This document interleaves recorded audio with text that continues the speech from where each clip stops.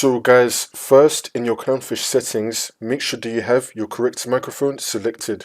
Next, you want to go to search and type in sound settings. Click on it.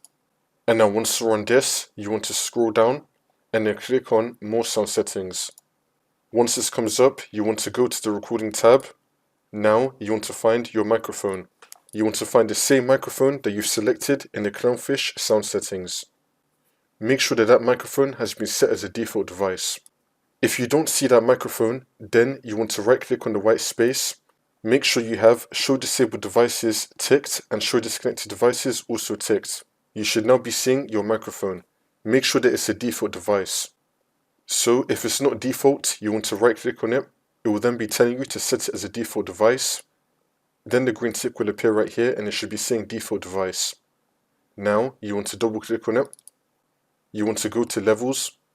Make sure that your microphone is not muted and that you have this turned up.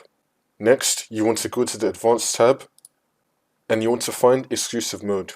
Now you can try this, so you could either leave these both ticked and then click on OK, see if that works, or you can untick them and then click on OK, see if that works.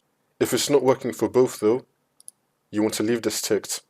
Leave them both ticked and then click on OK. For the next method, unplug your microphone and then plug it back in again. For the next method, go to search and type in SND-VOL. Click on it. Once we're here, if you see Clownfish open, make sure that you have the sound turned up for Clownfish. For the last method, restart your computer. Come back into Windows and then hopefully this will work for you. One last thing, you can uninstall Clownfish and then reinstall it again.